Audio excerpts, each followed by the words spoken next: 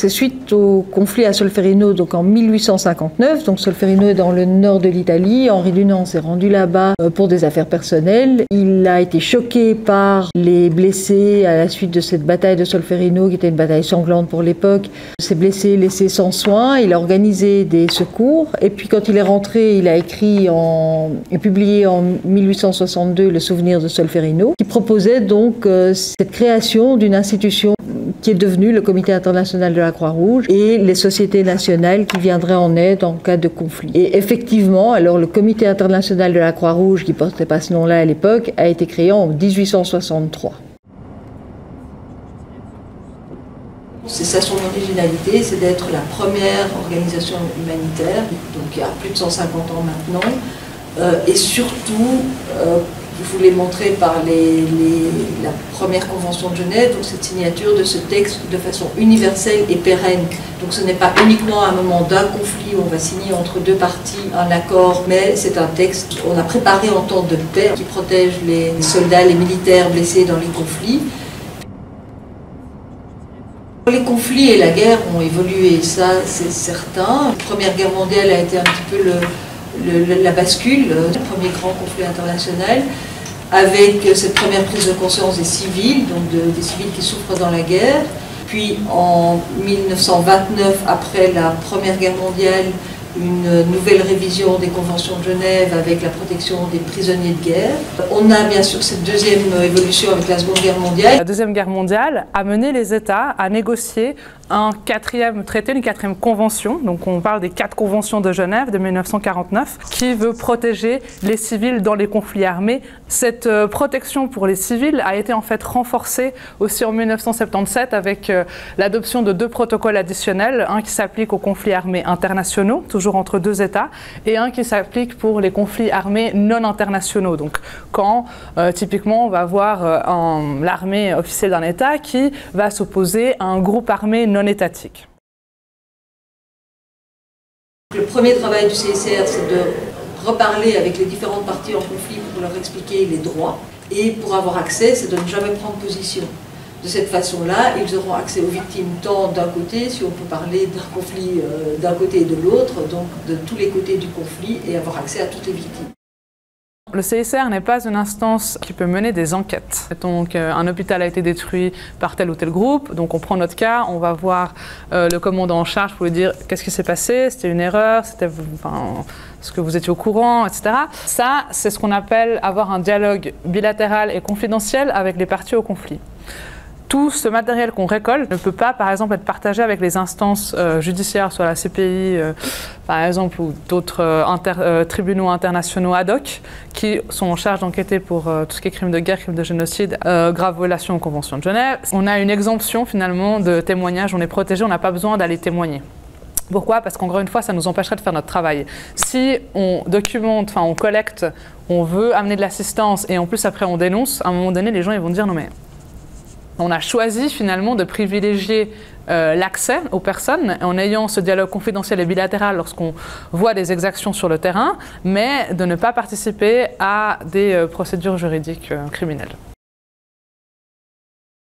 Donc j'ai fait une première mission en Colombie. Je m'occupais d'une zone qui était en fait contrôlée par un groupe armé. Donc c'était les FARC, c'était en 2011. L'objectif là-bas, ça allait être de simplement aller avec une voiture, avec un de mes collègues colombiens pour visiter les communautés et savoir de quelle manière justement est-ce que le conflit armé allait impacter sur leur vie. En fonction des situations qu'on rencontrait, on allait prendre différentes mesures. Alors comme je vous les expliquais, ça pouvait être discuter avec un côté ou l'autre des parties en conflit pour que justement ils respectent ce que le droit international humanitaire prescrit, ou alors prendre des mesures plus concrètes en termes d'assistance. Par exemple, un des projets qu'on avait dans la zone, c'était réhabiliter ou construire des internats pour les enfants. Figurez-vous que la Colombie, et dans cette région en particulier, il y avait énormément de mines antipersonnelles. Imaginez-vous la campagne, la race campagne, des routes totalement défoncées, des enfants qui doivent justement parcourir des longues distances pour aller à l'école. Alors le risque, c'est quoi? Justement de sauter sur une mine, où il y avait aussi un risque potentiel de recrutement de mineurs qu'on voulait éviter. Et donc pour ça, un des outils qu'on pouvait envisager, c'était d'avoir un endroit qui soit adapté et décent pour que les enfants puissent aller à l'école et ne pas être exposés au danger du conflit armé Ensuite, au Soudan du Sud, là, j'avais plutôt travaillé avec tout ce qui était rétablissement des liens familiaux. Alors, pour le coup, c'était des enfants qui avaient été recrutés par différents groupes armés ou kidnappés, à un moment donné qui étaient libérés par d'autres forces armées ou qui s'enfuyaient. Et ces enfants avaient perdu tout contact avec leur famille. Alors nous, ils étaient recueillis dans un centre pour enfants qui était géré par les autorités. Beaucoup d'entre eux venaient de la République démocratique du Congo qui était juste à la frontière ou de la Centrafrique. Alors nous, on allait récolter finalement des données sur cet enfant pour savoir où était leur famille. Et quand le match se fait, ça veut dire que effectivement les parents vont identifier l'enfant. Après, ils écrivent un petit message disant « On est vraiment super contents que tu sois en vie, on n'avait plus de nouvelles de ta part depuis 10 ans, quelle joie, quelle allégresse ». Et moi, j'avais le job qui était merveilleux de prendre ce message et de revoir l'enfant et lui dire « On a retrouvé ta famille » et de lire le message.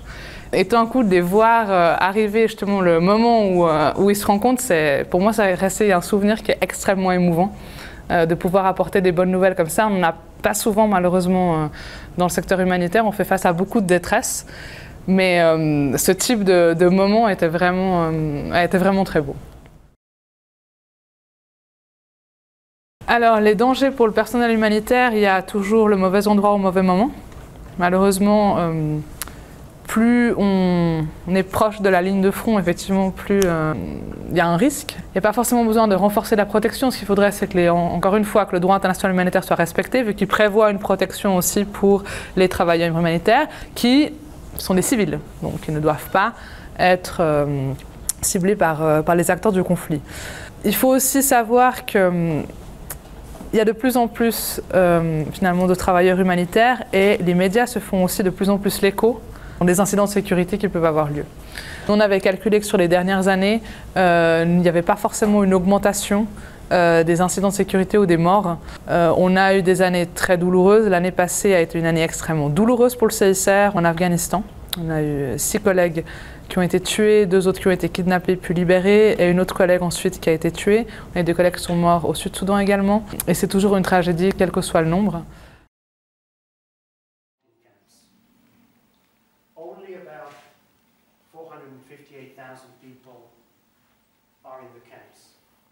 There is a perception out there that most of the Syrian refugees are being taken care of. The numbers of the people who are forcefully displaced from their homes has never been higher. We are talking today about more than 65 million people in the situation of forced displacement. It includes more than 22 million refugees. It also includes more than 40 million of people who are displaced within their country. And this is very important because we'll come to that later when we speak about Syria. And then it also includes more than 2.8 million asylum seekers, people who are seeking protection outside their home countries. What is important perhaps to understand here in the global, never in the past we have had so many people on the move. 65 million is probably equal to the size of France or size of the United Kingdom. So we are talking about very large population. But these are the large groups. 51% of all refugees are children.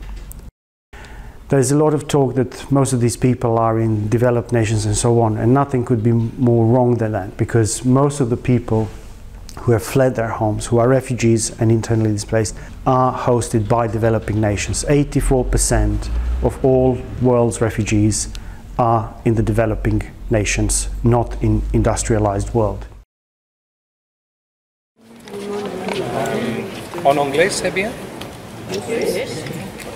As you know, UNHCR work in conflict situations, predominantly with refugees who have been displaced and they require shelter and settlement support. Obviously, the first responders will be the community that the refugees come into. So host family arrangements is a perfect solution. If there isn't capacity to accommodate people within host communities or host villages, we would have to respond with a shelter solution. The easiest solution is plastic sheets. Every year UNHCR distributes thousands of plastic sheets for refugees to build shelter. And that's probably the lowest cost solution that we could provide. If we need to rapidly respond to shelter, we would look at tents. A UNHCR family tent will cost about $500 US. After years of research with the IKEA Foundation, the refugee housing unit has now been developed. It's about $1,200. This has been designed for a family of 5. Gives you a floor area of 17.5 square meters. So it's designed on minimum standard. The other advantage of this shelter is that it is modular. It can be connected in series. So you could have used these shelters for a school, a temporary school, for example. We've used them for clinics. We've used them for distribution points. UNHCR has a mantra, camps as a last resort. We do not want to be developing refugee camps.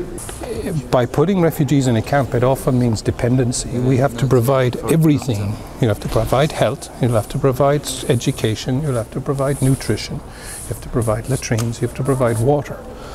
All of those infrastructure cost a phenomenal amount of money. It's better to give people an option. It's better to integrate. It's better to invest in an existing village and improve the facilities in that existing village than build a new standalone refugee camp.